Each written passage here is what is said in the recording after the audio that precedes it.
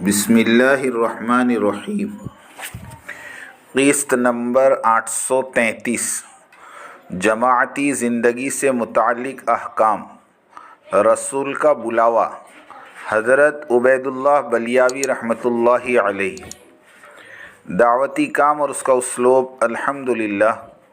الحمدللہ وحدہ والصلاة والسلام علی من لا نبی بعدہ، اما بعد۔ جماعتی زندگی۔ انما المؤمنون الذین آمنوا باللہ ورسولہ، ایمان والے لوگ وہی ہیں جو اللہ پر اور اس کے رسول پر یقین رکھتے ہیں۔ یہ سورہ نور کا آخری رکوع ہے جو صرف 3 آیتوں پر مشتمل ہے۔ اس میں خالص جماعتی زندگی سے متعلق احکام ہیں۔ وَإِذَا كَانُوا مَعَهُ عَلَى أَمْرٍ جَامِعٍ لَمْ يَذْهَبُوا حَتَّى يَسْتَأْذِنُوا، اور جب ایسے معاملے میں جس میں لوگوں کے جمع ہونے کی ضرورت ہے نبی کے ساتھ ہوتے ہیں تو جب تک آپ سے اجازت نہ لے کہیں نہیں جاتے۔ رسول اکرم صلی اللہ علیہ وسلم کے بعد یہی حکم آپ کے خلفائے کرام اور اسلامی جماعت کے امراء کے لیے ہے۔ اس حکم کے تحت جماعت کے تمام ارکان کو ایک نظم اور اصول کا پابند کر دیا گیا۔ اگر ایسا نظم و ضبط اس جماعت کے اندر نہیں ہوگا تو کسی کام یا مہم پر جاتے ہوئے کوئی شخص ادھر تو کوئی شخص ادھر کھسک جائے گا اور امیر کے بجائے دوسروں کی اپنی بات چلائے گا۔ ایسی صورتحال میں کوئی بھی اجتماعی کام پائے تکمیل کو نہیں پہنچ سکتا۔ چنانچہ اس حکم کے تحت لازمی قرار دیا گیا کہ ہر انفرادی اور اجتماعی کام امیر کی اجازت کے بغیر نہ ہو، یہاں تک کہ کسی مجبوری یا عذر وغیرہ کی صورت میں اگر کوئی رخصت چاہتا ہو تو موقع پر موجود امیر سے باقاعدہ اجازت لے کر جائے۔ فَإِذَا اسْتَأْذَنُوكَ لِبَعْضِ شَأْنِهِمْ فَأْذَن لِمَنْ شِئْتَ مِنْهُمْ، پس ایسے لوگ آپ سے اپنے کسی کام کے لیے اجازت طلب کریں تو آپ ان میں سے جسے چاہیں اجازت دے دیں۔ رخصت دینے کا اختیار تو آپ ہی کے پاس ہیں، یعنی اسلامی جماعت کے لیے یہ اصول دے دیا گیا کہ اجتماعی معاملات میں رخصت دینے کا اختیار امیر کے پاس ہے۔ چنانچہ امیر یا امیر کی طرف سے مقرر کردہ ذمہ دار یعنی کمانڈر اپنے مشن کی ضرورت اور درپیش صورتحال کو دیکھتے ہوئے اگر مناسب سمجھے تو رخصت مانگنے والے کو اجازت دے دے، اور اگر مناسب نہ سمجھے تو اجازت نہ دے۔ چنانچہ کوئی بھی ماتحت یا مامور شخص اجازت اور رخصت ملنے کے بعد رخصت کو اپنے امیر کی طرف سے عطا سمجھے، نہ کہ اپنا استحقاق۔ وَاسْتَغْفِرْ لَهُمُ اللَّهُ، اور ان کے لیے اللہ تعالیٰ سے بخشش کی دعائیں مانگے، اس لیے کہ وہ اجتماعی کام جس کے لیے حضور صلی اللہ علیہ وسلم اہل ایمان کی جماعت کو ساتھ لے کر نکلے ہیں، وہ کام آپ کا ذاتی کام نہیں بلکہ دین کا کام ہے۔ اب اگر اس دین کے کام سے کوئی شخص رخصت طلب کر رہا ہے تو اس کا مطلب یہ ہے کہ اس نے اپنی ذاتی کام کو دین کے کام پر ترجیح دی ہے اور ذاتی کام کے مقابلے میں دین کے کام کو کم اہم سمجھا ہے۔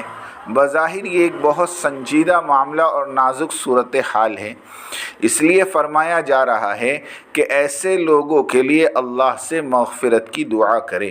ان اللہ غفور الرحیم، بے شک اللہ بخشنے والا بڑا مہربان ہے۔ فائدہ، یہاں یہ بات بھی ذہن میں رہے کہ یہی مضمون سورہ توبہ میں بھی آیا ہے، لیکن وہاں اس کی نوعیت بالکل مختلف ہے۔ اس فرق کو یوں سمجھیے کہ سورہ نور سن 6 ہجری میں نازل ہوئی جبکہ سورہ توبہ سن 9 ہجری میں نازل ہوئی، اور اسلامی تحریک لمحہ بلمحہ اپنے ہدف کی طرف آگے بڑھ رہی تھی۔ حالات بدتریج تبدیل ہو رہے تھے اور حالات کے بدلنے سے تقاضے بھی بدلتے جا رہے تھے۔ چنانچہ یہاں سن 6 ہجری میں فرمایا جا رہا ہے کہ جو لوگ آپ سے باقاعدہ اجازت طلب کرتے ہیں وہ واقعی ایمان والے ہیں، اور 3 سال کے بعد سورہ توبہ میں غزوہ تبوک کے موقع پر فرمایا جو ایمان رکھتے ہیں وہ اجازت لیتے ہی نہیں، یعنی وہ ہر حال میں اپنی دعوتی مہم میں لگے رہتے ہیں، کبھی بھی کہیں جانے کی اجازت ہی نہیں مانگتے، سب کچھ برداشت کرتے ہوئے قربانی کے ساتھ چلتے رہتے ہیں۔